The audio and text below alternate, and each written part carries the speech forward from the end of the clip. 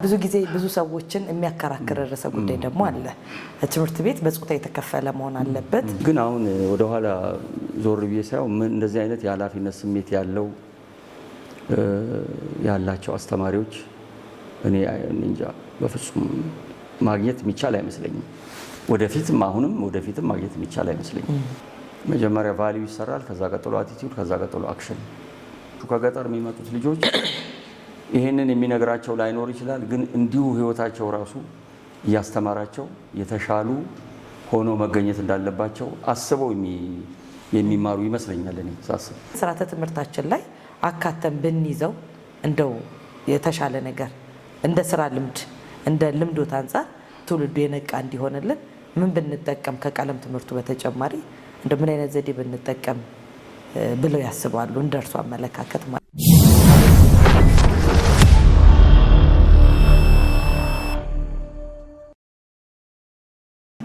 ከየኔታው ደግሞ ወጣ ልበልና እንግዲህ ሳን ጆሴፍ ነው የተማሩት። ሳን ጆሴፍ ደግሞ የወንዶች ብቻ ትምህርት ቤት ነው እና ብዙ ጊዜ ብዙ ሰዎችን የሚያከራክር ርዕሰ ጉዳይ ደግሞ አለ። ትምህርት ቤት በጾታ የተከፈለ መሆን አለበት፣ አይ መሆን የለበትም፣ አንድ ላይ ኢንክሉሲቭ ሆኖ ሁለቱም ጾታዊ ተደባልቀው መማር አለባቸው የሚባሉን ሁለት ሀሳቦች አሉና ጾታ ተለይቶ መከፈሉ ጠቀሜታው ምን ነበር? እንግዲህ እርስዎ በውስጡ ስላደጉ ማለት ነው። ጠቀሜታውስ ምንድነው? አተናል የሚሉትስ ጉድለት ምን ነበር? እንግዲህ ያው ትውልድ አይደል የሚያፈራው፣ የትውልድ መሰረቱ ደግሞ ከቤተሰብ ቀጥሎ ትምህርት ቤት ነውና 12 ዓመት ሳን ጆሴፍ በሚማሩበት ጊዜ ወንዶች ብቻ መሆናችሁ ምን ጠቅሞታል? ምንስ ጉድለት አግኝተዋል? ትምህርት ቤቱ እንግዲህ አሁንም እዛ ነው። አሁንም ወንዶች ብቻ ነው የሚማሩት። ናዝሬት ትምህርት ቤት አለ፣ የሱ አቻ ነው። ሴቶች ብቻ ነው የሚማሩት። ካቴድራል ደግሞ ወንዶች ለብቻ ሴቶች ለብቻ ነው የሚማሩት። ሁለቱንም ያስተምራል፣ ግን አሁንም ጾታ ለይቶ ነው የሚያስተምረው። ይሄ እንግዲህ የሆነበት ምክንያት እነዚህ ሰዎች የካቶሊክ እምነት ተከታዮች ናቸው እና በካቶሊክ እምነት ውስጥ እንደዚህ አይነት በሃይማኖቱ በሚያዘው ቀኖና፣ በእነሱ ሃይማኖት ቀኖና መሰረት ትምህርት በዚህ መልክ ነው የሚሰጠው የሚል ቀኖና አላቸው ብዬ ነው የማምነው። እንደዛ ነው ነገሩ። እኛ ጋር ለምሳሌ የነበሩት መምህራን በዛ ጊዜ አሜሪካኖች ነበሩና አሜሪካኖችና ከካናዳ የመጡ ካናዲያን ፍሬንች ስፒኪንግ ካናዲያንስ ነበሩና ፈረንሳይኛ ምናምን ያስተምራሉ፣ ሌላም ነገር ያስተምራሉ። እነዚህ ሰዎች ወንድም በሚል ሃይማኖታዊ ማዕረግ ነው የሚጠሩት፣ ብራዘር ይባላሉ። ልብስም አላቸው፣ መለያ ልብስ፣ ረጅም ቀሚስ ነው የሚለብሱት እና በሙሉ ወንዶች ነበሩ። መምህራኖቹም ወንዶች ነበሩ። በጣም የተማሩ ሰዎች ናቸው። ዓላማቸው ትምህርትን ማዳረስ ነው። በጣም መንፈሳዊ፣ በጣም የሚገርም ዓላማ ያላቸው ሰዎች ናቸው። ትምህርትን ማዳረስ ነው እና በዛ ጊዜ የነበራቸው የኃላፊነት ስሜት እኔ መግለጽ ያስቸግራል እውነት ለመናገር። ያን ጊዜ እኛ ላይሰማን ይችላል፣ ልጆች ስለሆን ሲቆጡን ምን ሲሉን ያው ልጆች ስለሆን። ግን አሁን ወደኋላ ዞር ብዬ ሳይው ምን እንደዚህ አይነት የኃላፊነት ስሜት ያላቸው አስተማሪዎች እኔ እንጃ በፍጹም ማግኘት የሚቻል አይመስለኝም። ወደፊትም ማግኘት የሚቻል አይመስለኝም። በጣም ተቆርቋሪዎች ናቸው። ለትምህርት ጥራት እጅግ በጣም ተቆርቋሪዎች ናቸው።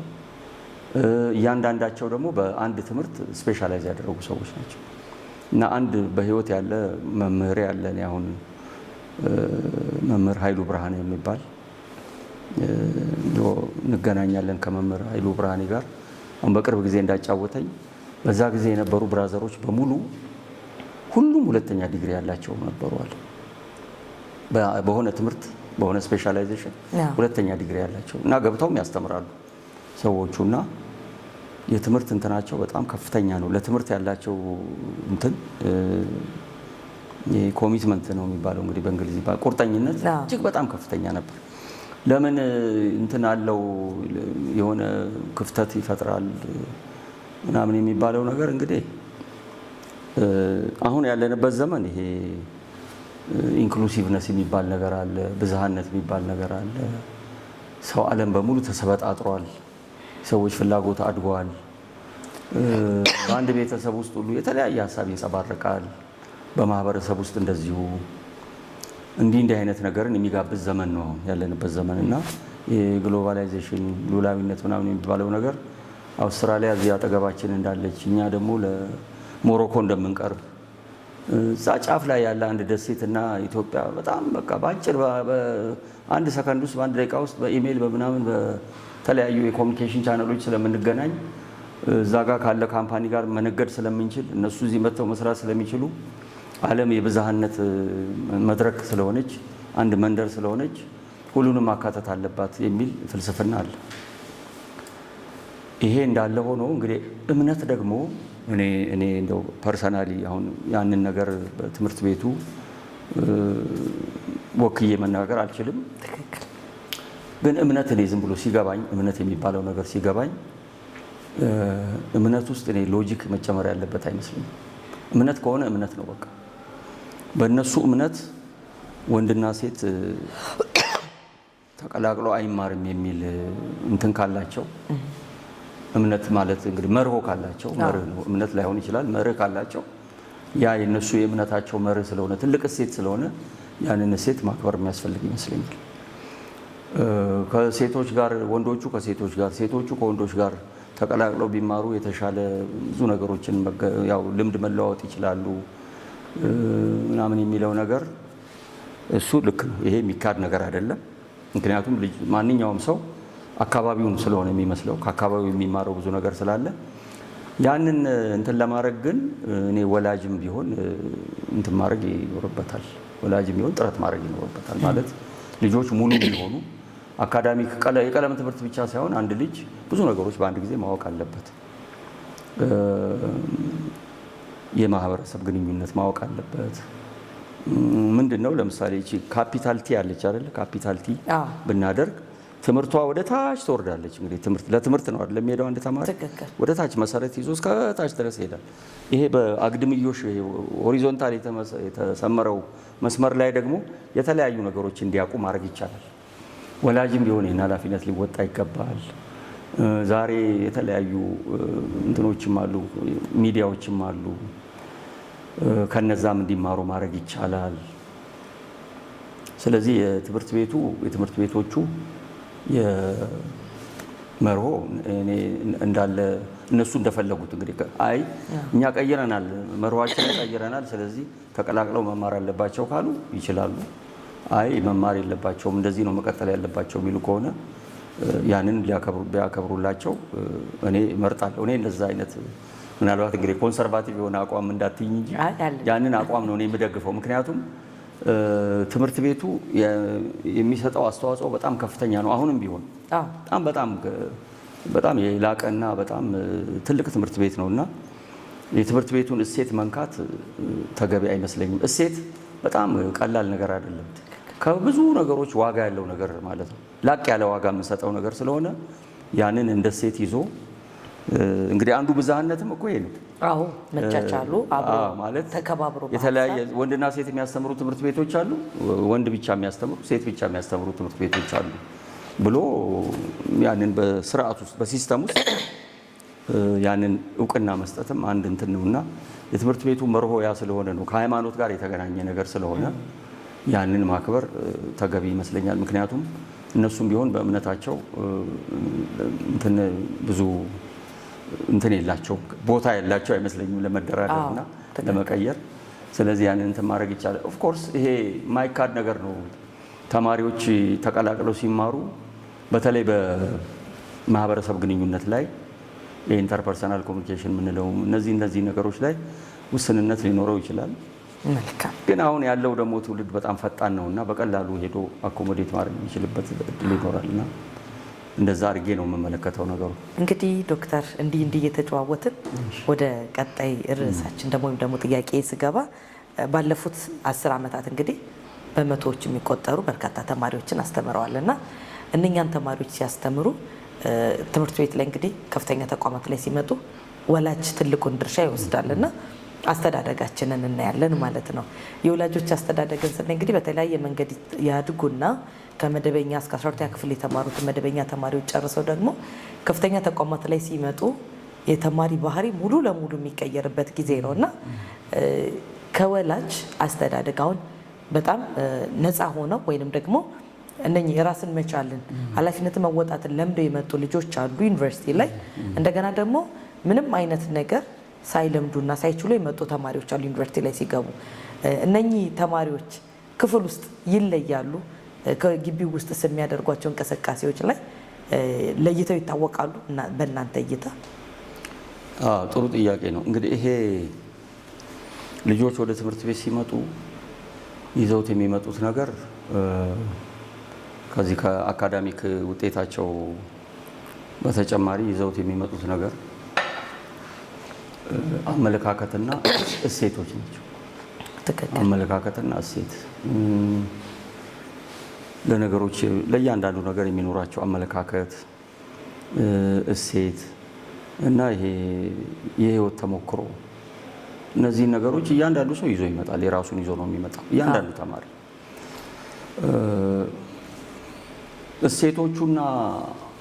እሴቶቹ እንግዲህ ከማህበረሰብ ከቤተሰቡ ያገኛል፣ ከእምነቱ ያገኛል፣ ድሮ ከሚማርበት ትምህርት ቤት ያገኛል፣ ከትልልቅ አንኳር ጉዳዮች ያገኛል። እንግዲህ በሀገር አቀፍ ደረጃ ከሚታዩ ባህሎች ወዘተ ወዘተ ከነዚህ ነገሮች ያገኛል፣ ያዳብራል።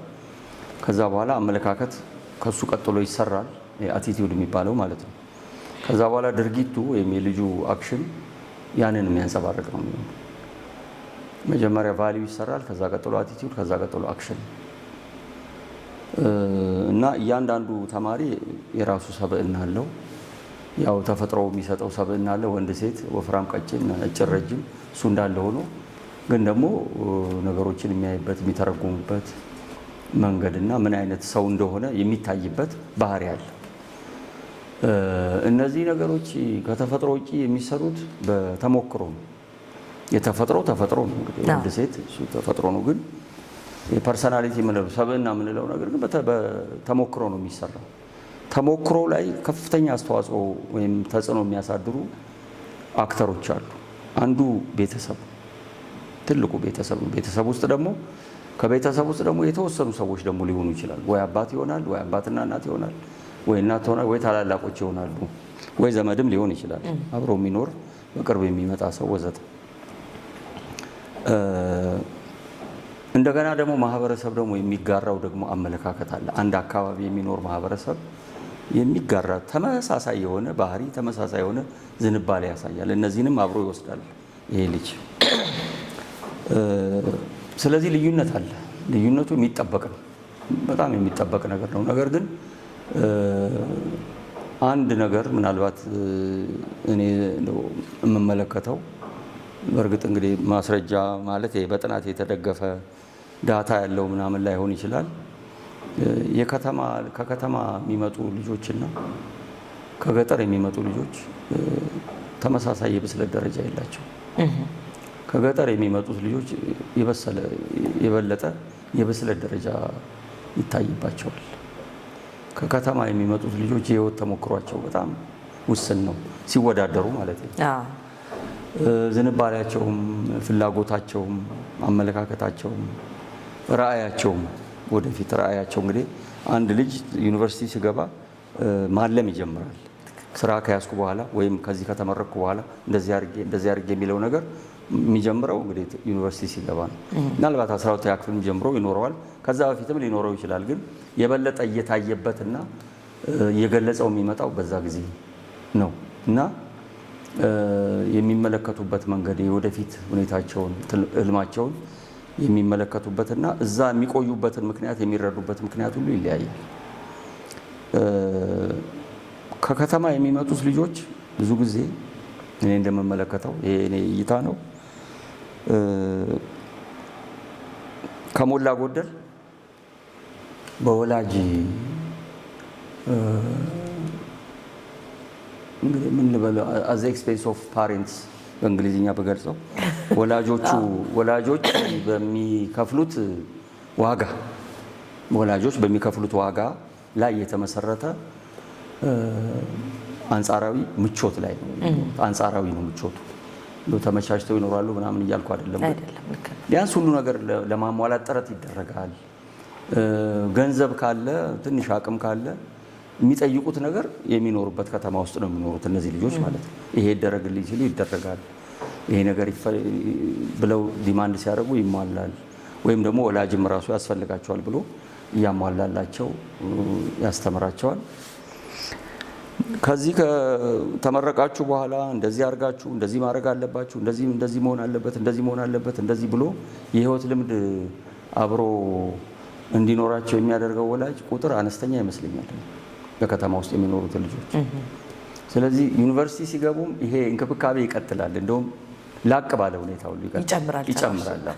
ብዙ ነገሮች ነው ደግሞ ዛሬ ዩኒቨርሲቲ ውስጥ የሚያስፈልጉት። አንድ ተማሪ የግድ ላፕቶፕ ያስፈልገዋል፣ ስማርት ቴሌፎን ያስፈልገዋል፣ የኪስ ገንዘብ ያስፈልገዋል። አንዳንድ ጊዜ ምግብ ሁሉ የሚመገበው በራሱ ሊሆን ይችላል፣ ለዛ የሚያስፈልግ ገንዘብ ያስፈልጋል። ይሄ ሁሉ በጣም ውድ ነው። እነዚህ ነገሮች እነዚህን ሁሉ ያሟላል የከተማ ወላጅ። ከገጠር የሚመጡት ልጆች የገጠሩ ሰው አቅሙ ደካማ ስለሆነ ልጆቹ ከመጀመሪያ ጀምሮ ዓላማ ይዘው ነው የሚማሩት። ሃይስኩልም ሲማሩ ኤሌመንተሪም ሲማሩ እና ተሻግረው ቤተሰቦቻቸውን የራሳቸውን ሕይወት አሻሽለው የተሻለ ደረጃ ላይ የምንደርሰው በትምህርት ነው የሚል ዓላማ የሚገልጹትም የማይገልጹትም ዓላማ ያላቸው ይመስለኛል። ብዙ ጊዜ እነዚህ ነገሮች የከተማ ልጆች ላይ አይታይም። አንድ ምርጫቸው ከያዙት ትምህርትና ትምህርት ብቻ ነው የሚይዙትና ይሄ ልዩነት ፍንትው ብሎ ይታያል እዛ ጋር። ስለዚህ ውጤታማ የሚሆነው ያው ዓላማ ያለው ትውልድ ነው። እንግዲህ ውጤቱ ላይ ተጽዕኖ ይኖረዋል፣ ግን የግድ ይሄ ብቻ ተጽዕኖ ይኖረዋል ብሎ ማለት አይቻልም። ምክንያቱም የከተማዎቹ ደግሞ የተሻለ የትምህርት ጥራት ያሉባቸው ትምህርት ቤቶች ስለሚማሩ ዩኒቨርሲቲ ውስጥ በሚማሩበት ጊዜ የትምህርቱ ክብደትና ቅለት ደግሞ ምናልባት የከተማ ለሚማሩት ትንሽ ከሰሩ የተሻለ ውጤት ሊያስመዘግቡ ይችላሉ። ከገጠር የሚመጡ ልጆች ደግሞ በተለይ የቋንቋ ችግር አለባቸውና በቀላሉ ሊረዱ አይችሉ ይሆናል። ብዙ መስራት ሊጠበቅባቸው ይችላል። ይሄም ራሱን የቻለ ትንሽ እንትን ያስፈልገዋል። ግን እንደዚህ አይነት ልዩነት አያለውና ከተማ ውስጥ ያሉትን ልጆች ትምህርት ማስተማር ብቻ ሳይሆን የህይወትንም ተሞክሮ የህይወትንም ልምድ ዓላማቸውም ጥርት ብሎ የፈለጉትን ነገር ማለም ይችላሉ፣ ማሰብ ይችላሉ፣ ራዕይ የፈለጉትን መሰነቅ ይችላሉ። ግን ዓላማቸው አዎንታዊ ሆኖ ዞሮ ለመሻሻል፣ ለማደግ ቤተሰቦቻቸውንም ራሳቸውንም አልፎ ተርፎም ደግሞ ማህበረሰቡን ሀገርንም የሚያሳድግ እንደሆነ እና ብዙ ያልተመቻቹ ነገሮች ሊያጋጥማቸው እንደሚችል ያንን እንዴት አድርገው ማለፍ እንደሚገባቸው ሁሉ ነገር ሊያልፍ እንደሚችል እነዚህ ነገሮች ወላጆች ማሳሰብ ያለባቸው ይመስለኛል። ከገጠር የሚመጡት ልጆች ይህንን የሚነግራቸው ላይኖር ይችላል። ግን እንዲሁ ህይወታቸው ራሱ እያስተማራቸው የተሻሉ ሆኖ መገኘት እንዳለባቸው አስበው የሚማሩ ይመስለኛል። እኔ ስጠይቃቸውም አንዳንዶቹን ስጠይቃቸውም ብዙም ግር አይላቸውም። እነዚህ ነገሮች ኦልሬዲ ውስጣቸው ያለ ነው የሚመስለኝ። የከተማዎቹ ልጆች ግን ይሄ ነገር ክፍተት ይታይባቸዋል። ይህን እንመለከታለሁ። መልካም። እንግዲህ ዩኒቨርሲቲ ላይ ባለውት ቆይታ እዛ ላይ በማስተማሩት መንገድ ደግሞ ተማሪዎቻችን ስነ ልቦና እድገት አሁን እንግዲህ አየን አይደል? ከተማና ገጠር ላይ በተለይ የወላጆች ኃላፊነትም ይለያያል እና ግልጽ አድርገው ልጆቻቸውን ኃላፊነታቸውን እንዲወጡ አድርገው የማሳደጉም ነገር የተለያየ ስለሚሆን ከተለያየ ማህበረሰብ ከተለያየ ቤተሰብ ውስጥ እንደመምጣታቸው አንጻር የተለያየ ስነ ልቦና እድገት ነው ያላቸው። እናም እነኚህ ልጆች ስነ ልቦናቸው እንዲስተካከል መልካም ትውልድ እንዲቀረጽልን የምናስተምራቸው የቀለም ትምህርቶች አሉ። ከቀለም ትምህርቶች ውጪ ደግሞ ምን ቢደረግ ምን አይነት ሂደቶች ሲስተሞች ብንጠቀም ዩኒቨርሲቲ ላይ ለትውልዱ የተሟላ ስነ ልቦና እድገቱ የተሟላ ሆኖ ጠንካራ ትውልድ ማፍራት እንችላለን ብለው ያስባሉ? ማለትም ከትምህርታችን ውጪ አሁን አንደኛ ደረጃ እና ሁለተኛ ደረጃ ላይ ተጓዳኝ አሉ አይደል? የክበባት ሂደቶች አሉ ልጆቹን ለማብቃት ተብሎ ዩኒቨርሲቲም ላይ በእርግጥ አሉ የኪነ ጥበባት ፕሮግራሞች አሉ። አሁን አዲስ አበባ ዩኒቨርሲቲ ብናይ ሌሎቹም ላይ የባህል ማዕከል አለ። እንዲሁ ደግሞ የግቢ ጉባኤ ተብሎ በሃይማኖት መንገድ አላቸው፣ በስነ ጽሁፍ መንገድ አለ። እንደገና ደግሞ እንትኑ ራሱ የሳይንስና ሶሻል ወይንም ደግሞ የናቹራልና ሶሻል ሳይንስ ብለን ከፍለንም በየግቢያቸው ላይ የሚደረጉ አክቲቪቲዎች አሉ፣ እንቅስቃሴዎች። እነኛ አይነት እንቅስቃሴዎቹ ላይ ተደራጅቶ አይደለም ያው ተማሪው ሲገባ ወይም ደግሞ ዲፓርትመንቱ ባለው ፈቃድ ላይ ተመርኮዞ አይደል። ይሄ ግን ስርዓተ ትምህርታችን ላይ አካተን ብንይዘው እንደው የተሻለ ነገር እንደ ስራ ልምድ እንደ ልምዶት አንጻር ትውልዱ የነቃ እንዲሆንልን ምን ብንጠቀም ከቀለም ትምህርቱ በተጨማሪ ምን አይነት ዘዴ ብንጠቀም ብለው ያስባሉ? እንደርሱ አመለካከት ማለት ነው። ጥሩ ጥያቄ ነው። በጣም ጥሩ ጥያቄ ነው። ዩኒቨርሲቲው እንግዲህ ካሪኩለሙ ያው አካዳሚኩን ነው የሚያንጸባርቀውና ኮርሶቹ አሉ። ኮርሶቹን ያው የኮርሶቹ ይዘቶች አሉ። በሰዓት ተተምኖ የሚመዘንበት ነገር ምናምን ተቀምጦ ነው የሚካሄደው። እሱ እንግዲህ ያው ቀርም ዋናው ተግባር እሱ ነው። ግን አሁን ጥያቄው ላይ አንቺ ስታነሽ እንደመለስሽው እነዚህ ነገሮች የሚደረጉት አንድ ጊዜ መምህር ደምሴ ወልደአረጋ የሚባሉ ሰው የዚህ ቅዱስ ዮሴፍ ትምህርት ቤት ዳይሬክተር ነበሩ ለረጅም ዘመን እና አስተምሩም ነበር እዛ። እኔም አስተምረውኛል እሳቸውና በቅርብ ጊዜ ነው ያረፉት፣ ነፍሳቸውን ይማር። በሸገር ሬዲዮ አንድ ነገር ሲጠየቁ ሰምቻለሁ። ምን አሉ?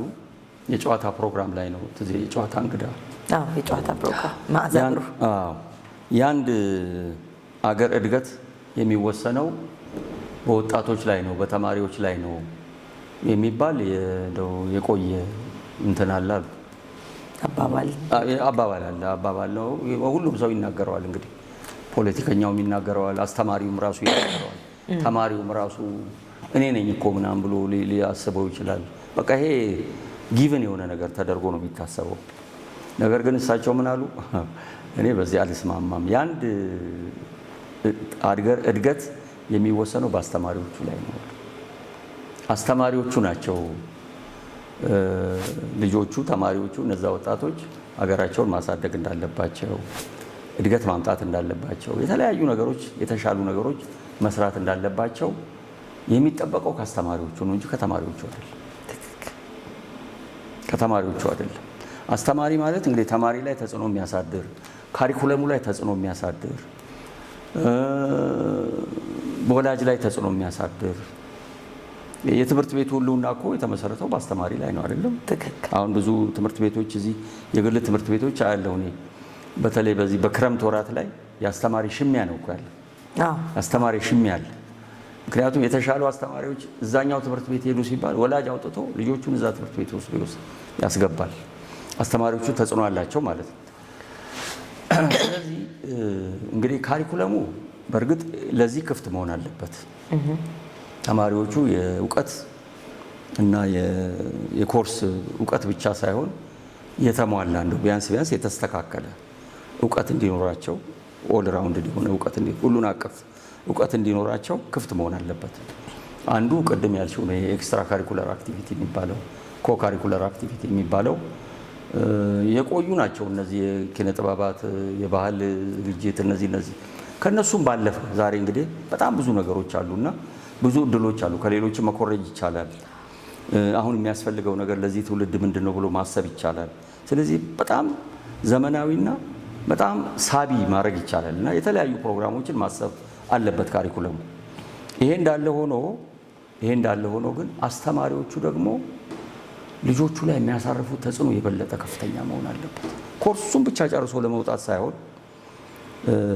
ስለ አንድ ጉዳይ ለምሳሌ ሲያስተምር በሌሎች ሀገሮች ላይ ያ ጉዳይ ምን እንደሚመስል፣ እኛ ምን እንደምንመስል፣ ምን እንደሚጎለን፣ እንዴት አድርገን ወደፊት ማሻሻል እንዳለብን እየጠቆመ ተማሪዎቹን መቆስቆስ አለበት። አስተማሪ መቆስቆስ አለበት እና እያንዳንዱ ትምህርት ላይ እያንዳንዱ ሴሽን ላይ በየቀኑም ባይሆን እንደ አስፈላጊነቱ ተማሪዎቹ ይሄ ነገር ምንድን ነው ብሎ እያሰላሰሉ እየተመራመሩ እየተወያዩ ዛሬም ባይሆን ነገም ባይሆን እንደ ወደፊት ሁሉ እያሰቡ ሊለውጡ የሚችሉበትን መንገድ ወይም ስለዛ ጉዳይ ሰፋ ባለ ደረጃ ሊያስቡ የሚችሉበትን መንገድ ጭንቅላታቸው ውስጥ የማስቀመጥ ስራ መስራት አለበት አስተማሪ። ኮርሱን ብቻ ጨርሶ የሚወጣ ከሆነ ትርጉም የለውም እና ይሄ በብዛት ከአስተማሪዎች የሚጠበቅ ይመስለኛል። እንግዲህ ይሄ ከአስተማሪዎች የሚጠበቅበት ምክንያት ምንድን ነው? ኃላፊነቱ በእነሱ እጅ እንዳለ መጀመሪያ አውቀው እነዚህን ተማሪዎች ብቃታቸውን ቀይረው አመለካከታቸውን ቀይረው እውቀታቸውን ሁሉ አጎልብተው ተማሪዎቹ የተሻለ ተማሪዎች ሆነው የተሻለ ዜጋ ለሀገር አስተዋጽኦ የሚያደርጉ ለዓለምም ጭምር አልፎ ተርፎ ለዓለም ሁሉ አስተዋጽኦ ማድረግ የሚችሉ ተማሪዎች አድርገው መቅረጽ ያለባቸው አስተማሪዎች ናቸው። ይሄን ማድረግ አለባቸው ይመስለኛል። አንድ ጃፓናዊ ነግሮኛል። በግል ምን አለኝ፣ እኛ ሀገር ላይ ከፍተኛ የትምህርት ደረጃ ከፍተኛ የትምህርት ማዕረግ ያለው ሰው ዝቅተኛ ትምህርት ቤት ክፍል ውስጥ ገብቶ ነው የሚያስተምረዋል። ምክንያቱም እዛ ዝቅተኛ ክፍል ውስጥ ነው መሰራት ያለበት እና ከታች ያ ትልቅ አንጋፋ ሰው ታች ያሉትን ሰው ልጆች ሲያስተምር ልምዱን፣ ቁጭቱን፣ እሱ የሰራውን ግን ያልጨረሰውን እነሱ መስራት ያለባቸውን ጃፓን የት ላይ እንዳለች እነማን እንደሚበልጧት ምን ማድረግ እንዳለባት እንዲቆጩ አድርጎ ከታች ያሉትን እየቀረጸ ይወጣላል። ይሄ እንግዲህ በጣም ትልቅ ዘዴ ነው፣ በጣም ትልቅ ስልት ነው እና እነዛ ልጆች ስለዛ ሰው ህይወታቸውን ሙሉ ነው የሚያስቡት ማለት ነው ያ ሰው ስለነገራቸው ነገር እና ሁሉም እንደዛ ደግሞ ኢንፎርምድ ሲሆን ለመስራት የሚነሳሱ የተወሰኑ ተማሪዎች ይኖራሉ። ያንን ተከትሎ መስራት የሚገባቸውን ነገር ይሰራሉ እና እንደዛ አይነት ነገር ያስፈልጋል፣ በጣም ያስፈልጋል እና የአስተማሪዎች አስተዋጽኦ ሚና በጣም ከፍተኛ ይመስለኛል። ካሪኩለሙ ክፍት ሆኖ ማለት ነው። ካሪኩለሙ በእርግጥ እነዚህን ነገሮች ማድረግ አለበት።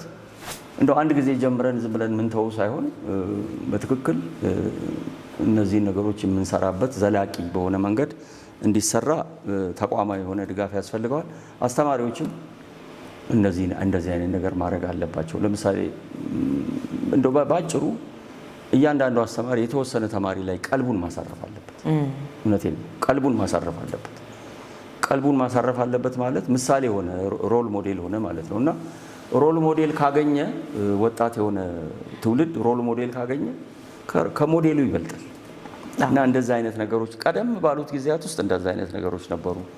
አሁን ስመለከት ስታዘብ እንደዛ አይነት ነገሮች በጣም አንሰዋል፣ በጣም ደክመዋል እና ከአስተማሪዎች ብዙ ይጠበቃል። እውነት እንደው በሌሎች ነገሮች ማሳበብ ብቻ ሳይሆን ከአስተማሪዎች በጣም ብዙ የሚጠበቅ ይመስለኛል። ስለዚህ መምህራኖች ግዴታችንን እየተወጣን በይበልጥ ትውልድን ለማፍራት ትልቁ አሻራ የምናሳርፈው እኛ ነን ነው።